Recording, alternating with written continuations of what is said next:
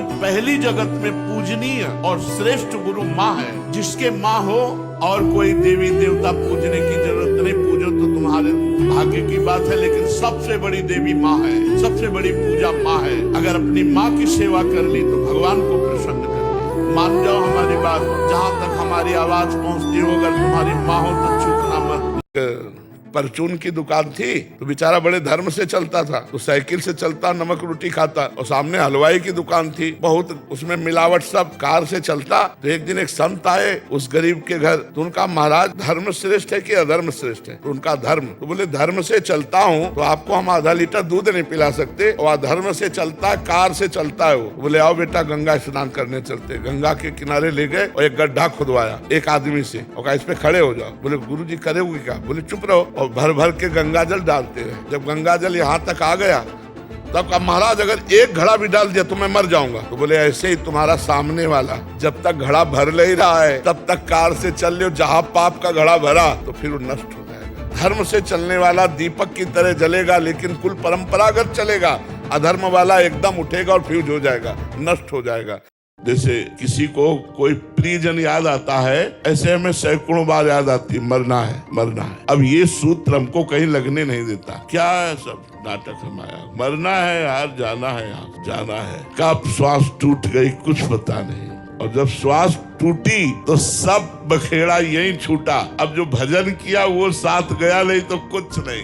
कैसा यार देश है जहाँ से शरीर भी छुड़ा दिया, और ऐसे देश में हम प्रेम करें, इसका नाम मृत्यु लोक है।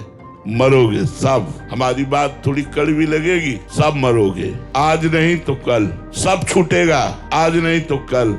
होश में हो जाओ, गंदे आचरण छोड़ दो, और भगवान का भजन करते हुए तुम्हें जो सांसारिक काम मिला है वो ठीक से ईमानदारी से करो, और उसे भगवान को समर्पित कर दो।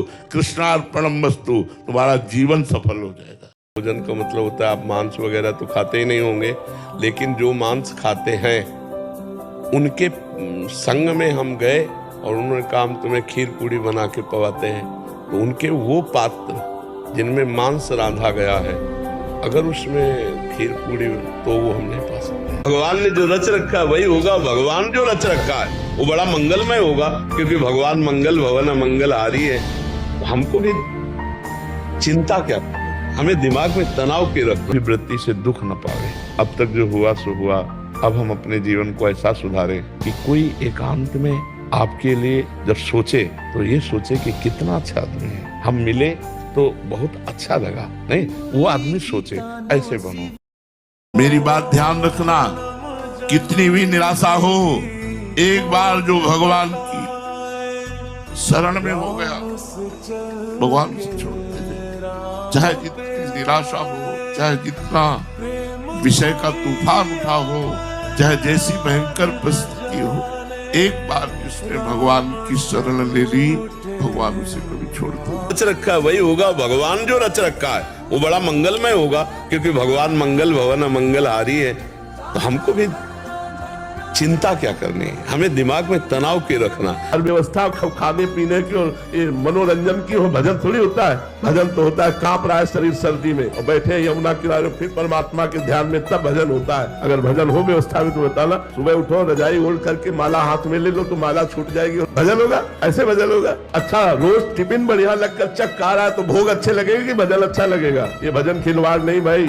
रुपया के बल से भजन होता तो बड़े बड़े महान चक्रवर्ती सम्राट हुए, सब भजन करके भगवान को प्राप्त हो जाते। हर समय हमारा भगवत चिंतन चल रहा है। अव्यर्थ कालत्वम, एक मिनट भी व्यर्थ नहीं होने देना। अंदर से नाम चल रहा है, श्वास श्वास कई कई नाम हम जप रहे हैं, मंत्र जप रहे हैं। अगर जप नहीं है तो हमारी बात लिख लेना, जीवन कलह अशांति में खोखा हो जाएगा। और नाम जब चल रहा है तो तुम्हें सब कोई छोड़ दे तो भी तुम महान बल से युक्त होगी।